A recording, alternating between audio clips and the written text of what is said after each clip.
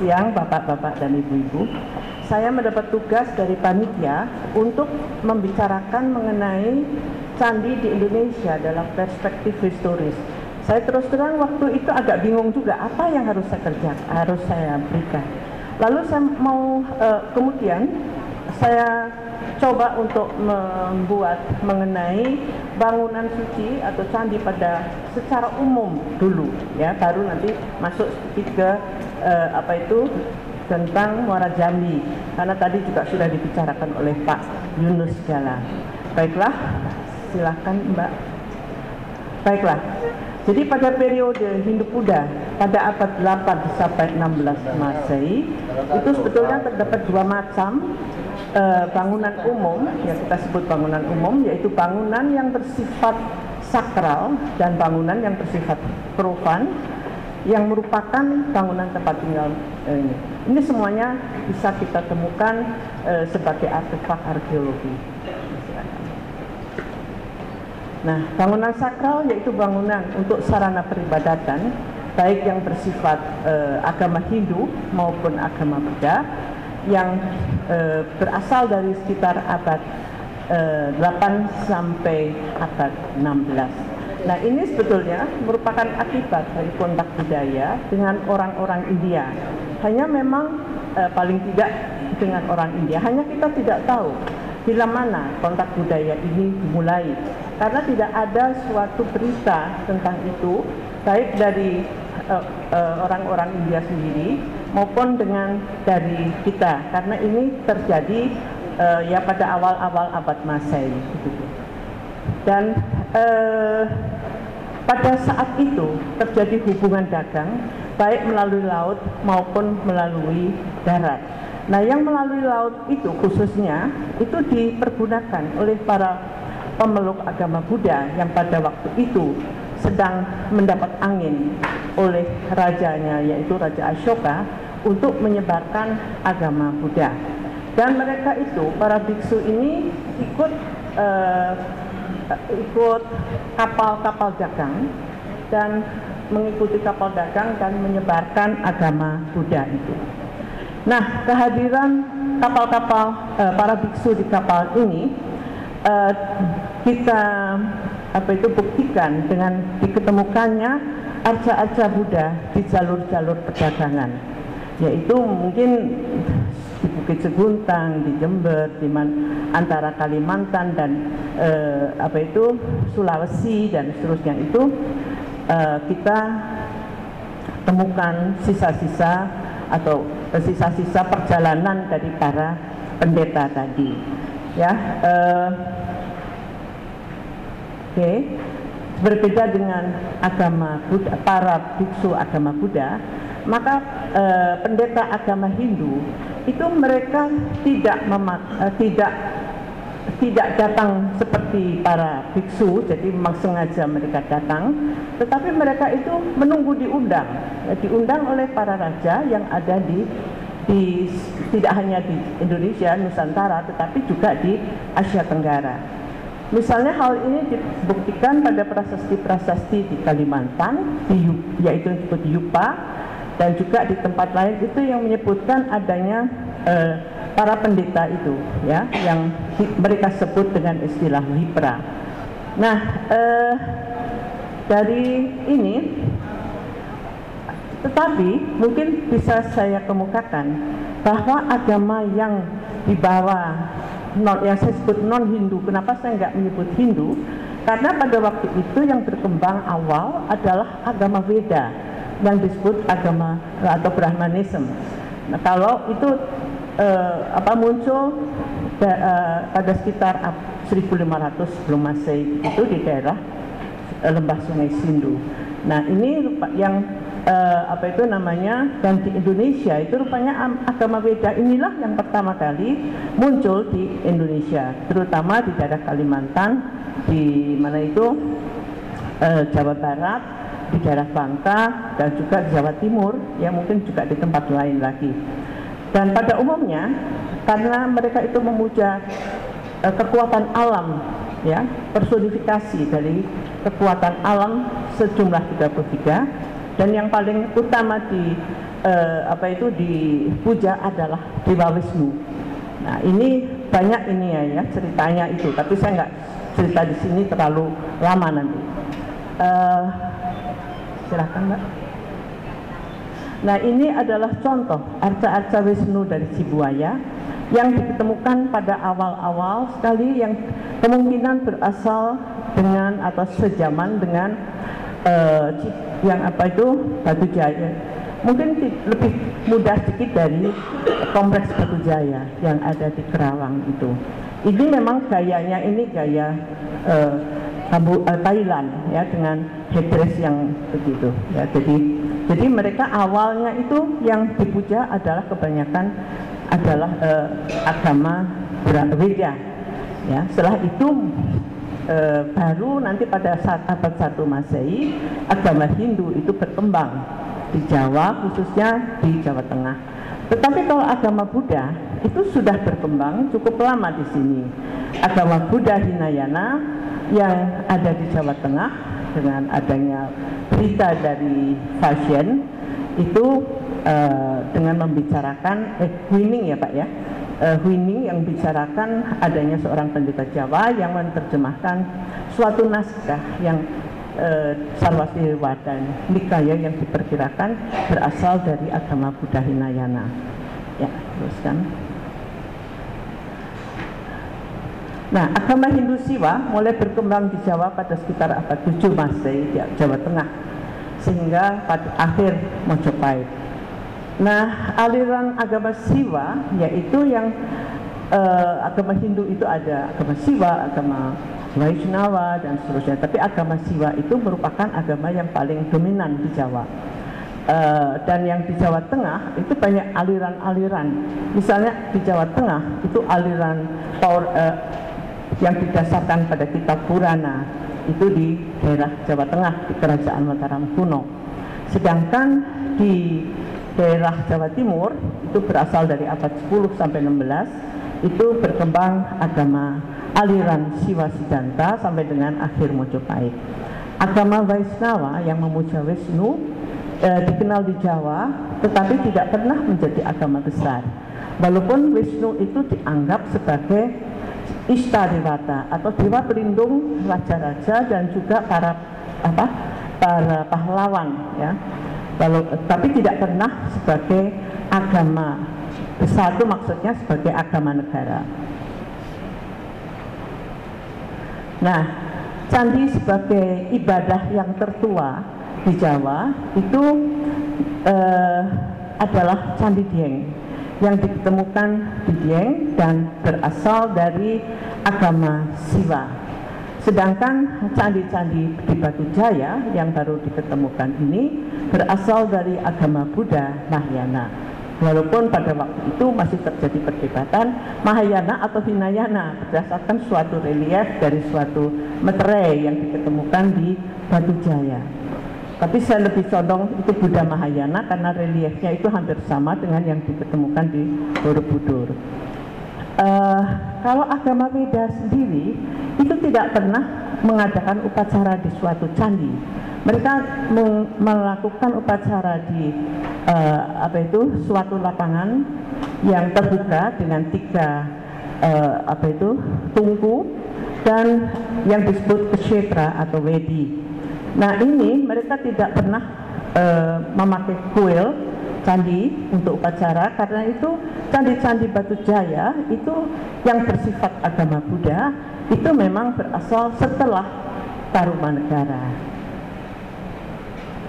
Nah, sekarang ada satu hal ini mungkin juga jadi perdebatan.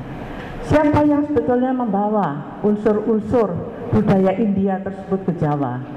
Apakah pedagang ataukah ksatria India? Itu banyak pendapat-pendapat. Pendeta India atau para pelajar Indonesia yang belajar agama di India. Bahkan ada yang mengatakan bahwa para silpin, seniman India lah yang membuat candi-candi di Indonesia. Hal ini telah dibantah karena pertama tidak ada permukiman orang-orang India atau keturunannya di sekitar candi-candi yang oleh seorang peneliti disebut kampung keling atau apa itu kampung keling itu di sekitar itu. Dan kedua, saya juga di Borobudur itu ada prasasti pendek-pendek di atas relief Karmawibangga yang ditulis dalam bahasa Sanskerta. Bahasa Sanskerta yang aneh karena orang India sendiri tidak akan tahu kalau membaca itu, tidak akan mengerti apa yang ditulis karena kebiasaan bahasa Sanskerta itu memakai akhiran kasus, sedangkan kalau di Candi Borobudur itu tidak memakai akhiran kasus. Kalau orang Jawa sih ngerti, misalnya swarga, oh saya harus gambar swarga gitu ya, atau gambar orang-orang di swarga. Tapi kalau orang India, swarga, apa yang harus saya gambar ya? Mereka harus ada akhiran kasus di sorga, orang sorga, dan seterusnya, itu ada aturannya. Nah, kemungkinan, nah ini pendapat saya, orang-orang Silpin atau seniman Jawa itu belajar di India, Nalanda dan Nagipatnam, dan Nagipatnam itu India Selatan, dan membuat replika candi. Setelah dia mempelajari agama itu, lalu dia keliling ke pusat-pusat kesenian, lalu replika candi tadi dibawa pulang ke Indonesia dengan sudah tentu ada tambahan dengan hasil dari pemikiran sendiri. Lalu inilah yang dijadikan contoh dari candi-candi tadi di Jawa. Karena sampai sekarang kita tidak pernah menemukan manual atau buku pegangan untuk membuat candi atau membuat kuil yang ada di India, di Jawa, itu tidak pernah kita temukan. Jadi kemungkinan memang demikian ya. Jadi memang candi-candi itu sangat dekat dengan candi mirip dengan India, candi India, tapi kalau kita perhatikan sangat berbeda. Nah, ini saya kenapa mengajukan hal seperti itu, karena di India sendiri juga ada candi-candi yang kuil-kuil, kalau India itu nggak ada candi, namanya candi itu di Indonesia. Kuil-kuil di India ini adalah contoh di daerah Mamallapuram. Ini contoh kuil-kuil yang dipakai oleh para seniman India untuk membuat kuil mereka, ya, selain untuk sebagai contoh maket begitu ya, dan juga untuk sudah tentu pemujaan dewa-dewanya. Jadi ada beberapa. Teruskan Mbak. Ini juga salah satu maket yang diketemukan di daerah India Selatan. Nah, apakah tidak seperti itu yang dilakukan oleh para seniman kita? Silahkan. Nah, ini misalnya Candi Dieng. Ini kalau kita melihat gayanya sangat berbeda-beda, dan apakah walaupun ini merupakan tempat pemujaan, tetapi juga merupakan kemungkinan adalah maket atau contoh juga percontohan daripada candi-candi yang ada di Jawa. Ya, nah kita ini baru suatu pendapat ya. Siapa tahu nanti ada yang menemukan hal lain, nah itu sering terjadi di arkeologi itu seperti itu. Mungkin pendapat saya bisa tidak ditentang atau gimana. Ya, ini Candi Dieng. Misalnya salah satu contoh Candi Bima ini bentuknya sangat unik. Kenapa banyak sekali candi yang ada di Dieng itu dengan ciri-ciri yang berbeda-beda, dan bahkan kalau kita teliti betul itu adalah campuran dari berbagai ciri kuil-kuil di India. Nah, ini baru pendapat saja. Pada perkembangan selanjutnya candi di Jawa kita temui di daerah Jawa Timur, yaitu masa periode Singasari dan Majapahit. Khususnya pada zaman Majapahit ada dua gaya, yaitu gaya Singosari yang mempunyai 3 bagian kaki tubuh atap, dan gaya Majapahit yang umumnya memiliki kaki candi yang berpundak teras.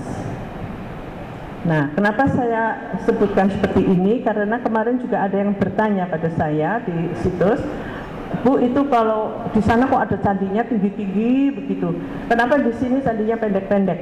Ya itu jadi saya katakan itu kita itu mempunyai bentuk-bentuk candi, gaya-gaya candi yang berbeda.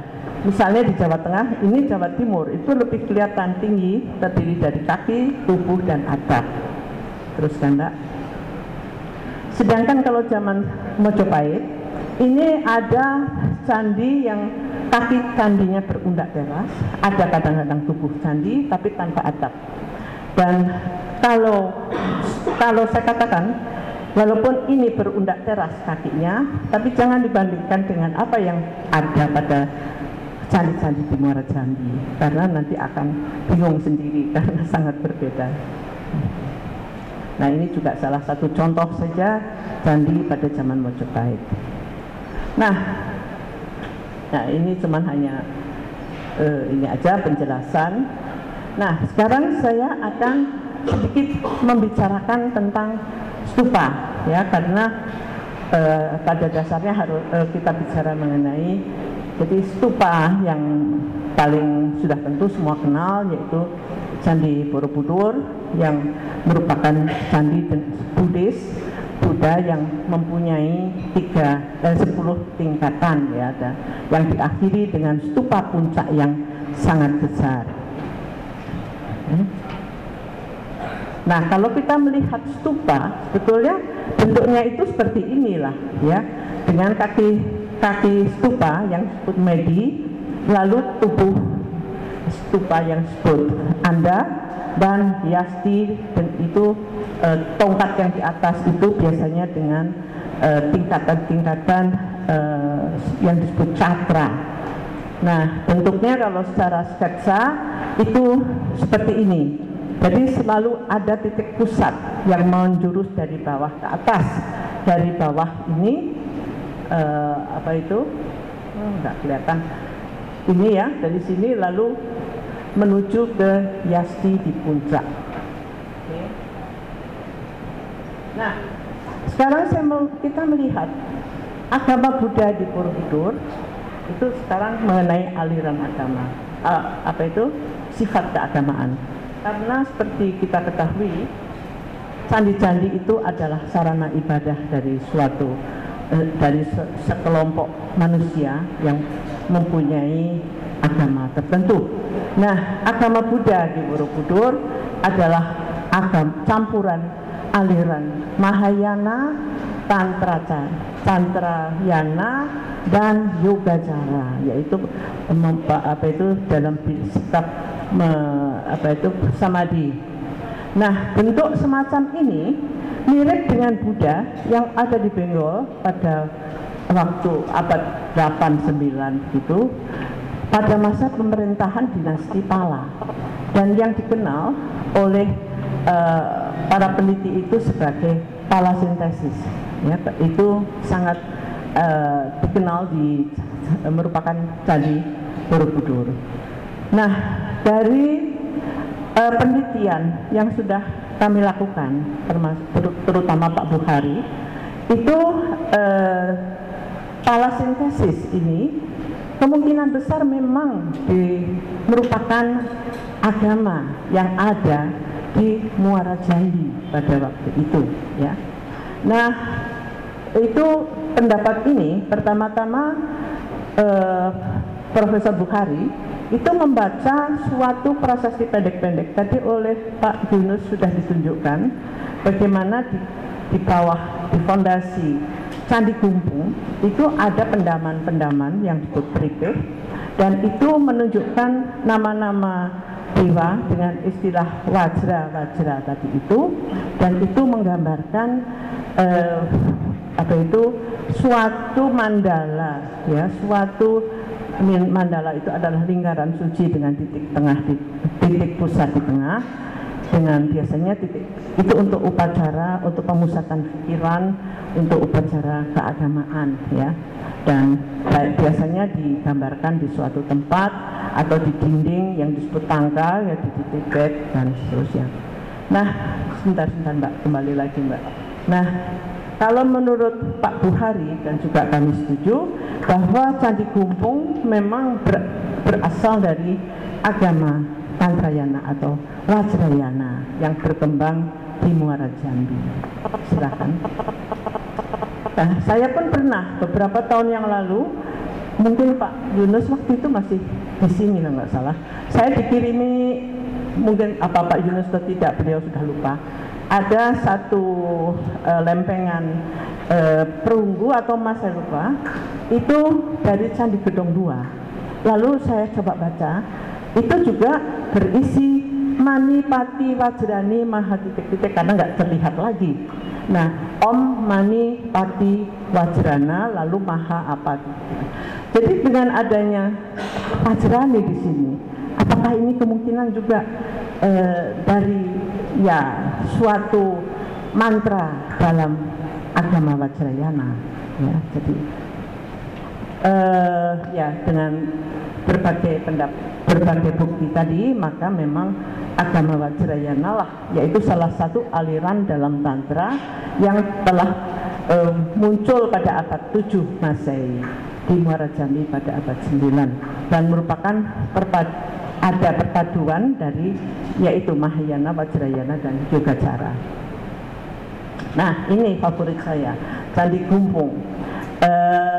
Apa itu, dari tadi saya ulangi dari pendapat dari Prof. Buhari tadi. Jadi di bagian bawah candi tadi ada pripeh dengan tulisan-tulisan nama-nama dewa yang semuanya pakai wajra, dan itu menunjukkan adanya suatu apa itu mandala dari Wajradhatu, ya, Wajradhatu mandala ada di bawah gitu.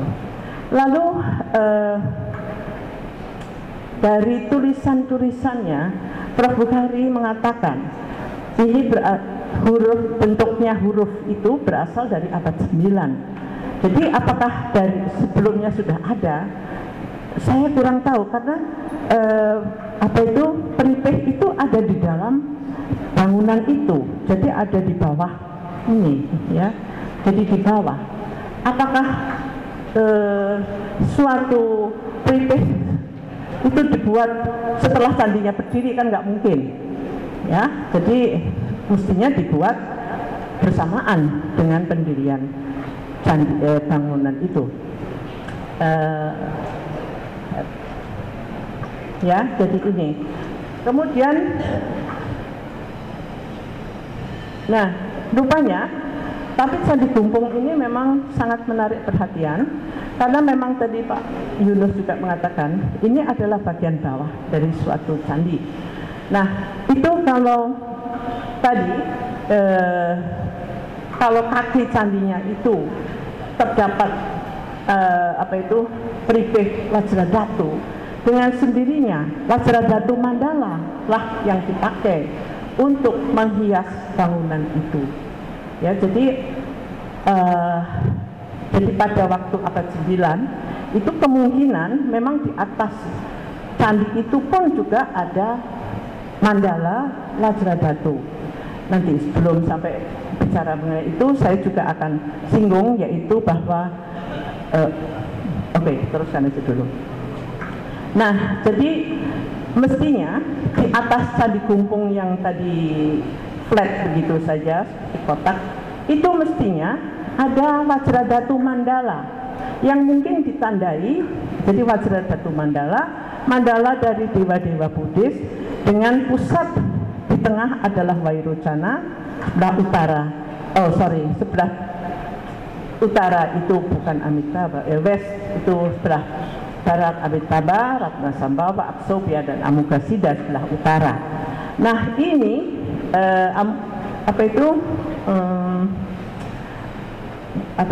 Wajradhatu mandala ini ditandai dengan stupika kecil. Jadi situ biasanya minimal ada 5 stupika untuk stupika yang diletakkan di tengah, di sebelah utara, timur, selatan, dan barat. Itu kemudian ada suatu pendapat lain, karena pada waktu kembali lagi Pak, yaitu ya Jadi pada abad 13 itu atau abad 12 itu ditemukan suatu arca Prajnaparamita yang tadi sudah ditunjukkan oleh Pak Yunus tadi, yang berasal dengan gayanya itu kelihatan dari zaman Singosari. Candi ini kemungkinan dibawa oleh tentara Kertanegara ke Singosari. Nah, lalu bagaimana bentuknya itu? Nah, kita memang tadi Pak Yunus juga sudah menunjukkan kira-kira bentuk yang kedua dari Candi Gumpung itu bagaimana. Kalau bentuk pertama itu saya yakin seperti yang pertama tadi, yaitu kotak lalu di atasnya ada stupa-stupa. Tapi bagaimana dengan munculnya Prajnaparamita ini? Teruskan. Ya, ini pendapat dari Pak Sukmono, ya. Saya ambil dari salah satu karangan beliau. Lalu beliau dengan banyaknya tinggalan-tinggalan genteng-genteng dan sebagainya, maka menurut beliau inilah bentuk candi Gumpung, dan di atasnya inilah tempat diletakkan Prajnaparamita itu. Lalu kalau begitu Candi Gumpung ini didirikan 2 kali tuh, yaitu pada abad 9 dengan adanya Peripih Rajaradatu, dan yang kedua setelah orang-orang Singosari pada datang membawa patung, diletakkan di mana? Gitu. Ini menurut Pak Sukmono itu seperti ini, ya, terus di atasnya. Oke. Nah, itu seterusnya penelitian tentang stupa di Indonesia pernah dilakukan oleh Louis Sendeleo. Hanya menurut pendapatnya, stupa-stupa di Indonesia termasuk Borobudur itu berbentuk teras stupa, yaitu suatu bentuk stupa yang berbeda dengan apa yang saya tunjukkan tadi pada dengan medi yang hanya biasa kotak begitu, lalu ada handa, lalu ada yasti. Kalau teras stupa itu kaki stupanya itu yang disebut medi itu berundak berteras. Biasanya 3 terasnya, lalu di atasnya itu stupa. Nah, ini merupakan suatu bentuk yang ada di Indonesia. Nah, saya setuju dengan pendapat ini walaupun memang harus kita teliti lagi. Nah, apakah bentuk ini yang merupakan teras stupa inilah yang ada di Muara Jambi, yaitu bentuk-bentuk dari stupa-stupa yang lain, bukan Candi Gumpung, ya. Silakan. Misalnya tadi Candi Tinggi, ya, tadi itu kalau tidak salah, mungkin Pak Yunus bisa memberitahu saya, itu kalau tidak salah di sebelahnya itu ada, di sebelah sana ada stupa besar, ya. Apakah itu dulu diletakkan di atas? Ya, coba Mbak teruskan. Ini salah satu pendapat, ya, kalau nggak salah, saya lupa karangan siapa ini, ya, saya ambil. Ini Candi Tinggi Speksa sudah tentu, dan yang bagian atas itu adalah stupa.